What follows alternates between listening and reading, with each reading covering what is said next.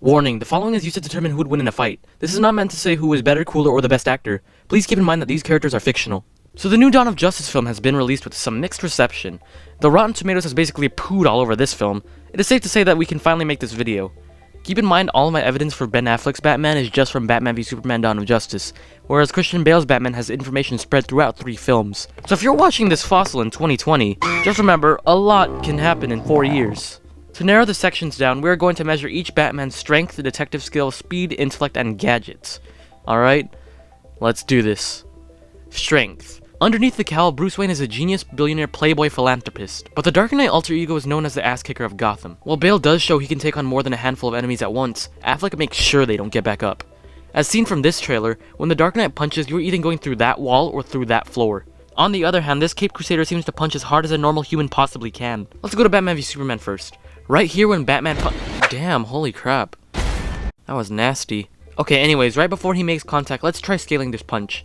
By using the formula for force, which is force equals mass times acceleration, we can guesstimate the amount of force he can throw, also known as how buff he is. Keep in mind, we are given no clear numbers. In fact, I'm not even sure the writers of the film meant for it to be delved into deeply.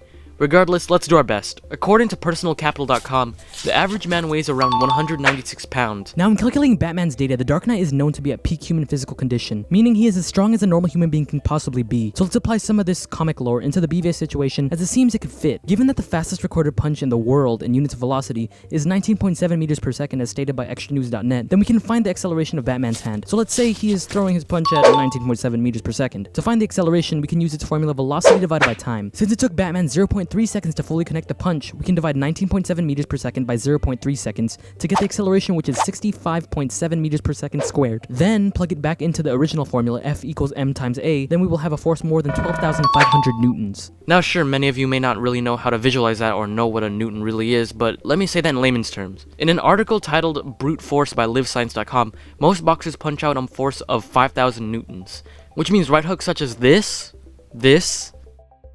and this are all 5,000 newtons, give or take a few units. But one of the interviewees of the article, a biomedical engineer named Cindy Burr, goes on to say, quote, "A quick sharp blow that delivers some 3,300 newtons of force has a 25% chance of cracking an average person's rib." Wait a minute, rib cage? What exactly did Batman hit that guy again? Dude probably got a hemorrhage. Simply put, this Batman has more than the strength of literally 2 professional boxers combined. Well, okay, but how does that compare to the Batman of Christopher Nolan's trilogy? Well, as stated earlier, Bale's Batman seems to punch as hard as any human possibly could. Just observe for yourself.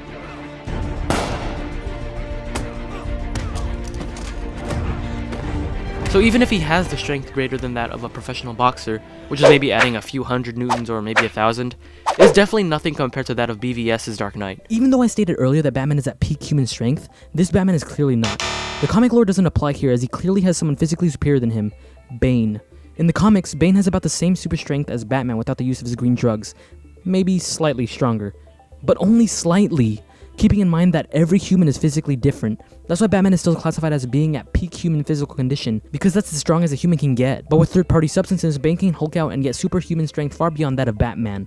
In The Dark Knight Rises, the scenario is totally different. Bane is stronger than Batman without steroids because he never uses them or even acknowledges them throughout the film. Granted, one could argue that Batman and him are equal in strength as he took him down near the end of the film, but the reasoning behind that is incorrect. Batman sort of won because he got a lucky swing at Bane's oxygen mask or whatever that thing is giving him. In fact, it would be Bane who would fit under the category of being at peak human physical condition. But as we see here, Bane puts all his weight in his punch and Batman doesn't have a reaction close to that of the thug Batman pummeled in BVS. I'm not calling Bale's Batman unfit. To be fair, I don't think any real human being could possibly perform that kind of punch and get the same result Affleck got. 1 point for Affleck. Detective skill. The world's greatest detective is not a title to be taken lightly, especially since Batman has that under his name as well.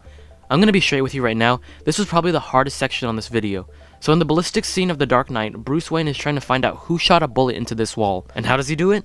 He literally cuts out a piece of the wall for further investigation. He takes it into his cave and attempts to replicate the bullet with the fingerprint via 3D computer model. I honestly would have never thought of that in a million years if I was ever in that situation. That's cause you're a stupid slut. In Batman v Superman, Wayne takes Lex Luthor's intel on metahumans and takes it to his back cave to decrypt it. That's cool and all, but Man, this is really hard to decide actually. Well, looks like time to nitpick. Okay, so after looking at this for hours, I have to give Bale's Batman the edge on this one. Yes, Affleck knew that Luthor was up to no good, so he extracted the intel and decrypted it. Now, I'm not saying decryption is easy whatsoever, but that type of hacking has been around for a very long time. Decrypting stuff is usually used in films to further the plot. Still, I'm not docking points from Affleck just because of the film's script.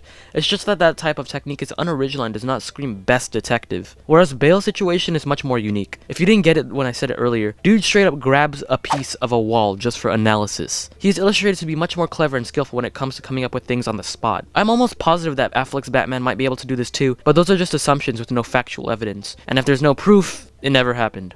I'm gonna give this to Bale.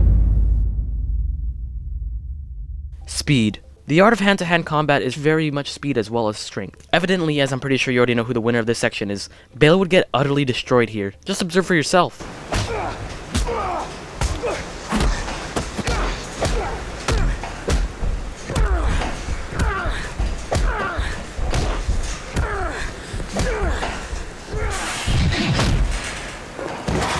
Now watch this.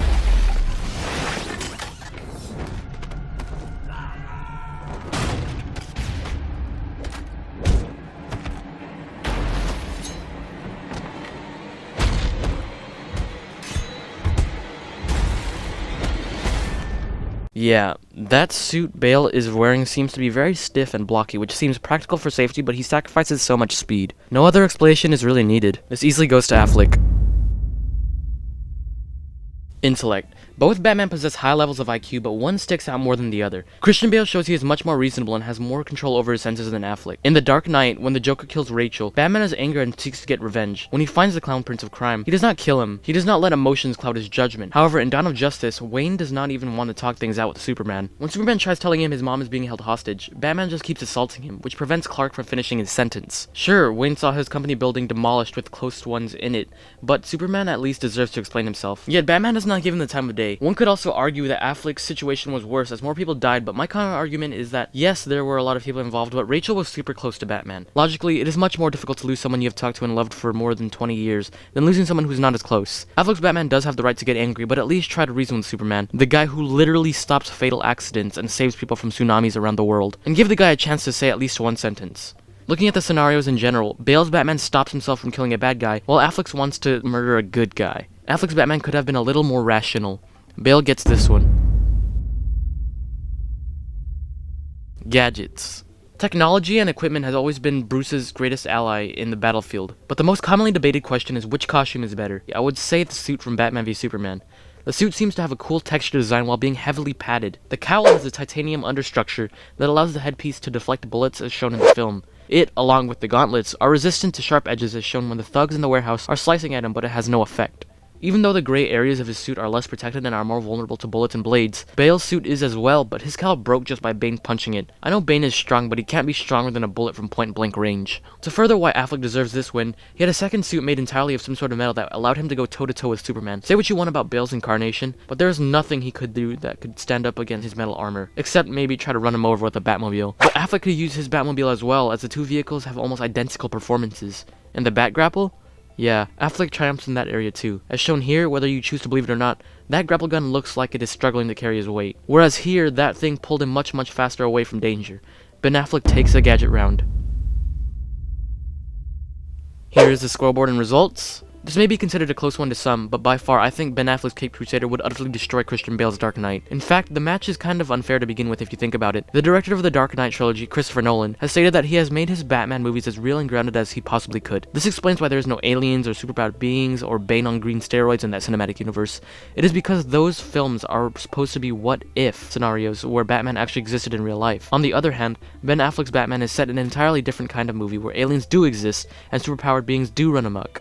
Batman and BVS is super scaled to stand a chance against Superman. The winner of this versus matchup is Ben Affleck's Batman. I hope you guys enjoyed this video as the research nearly killed me and I worked really hard on it. If you're new here, click that subscribe button. And if you really like this series, check out my other versus matchups and my other content ranging from movie reviews to trailer analyses.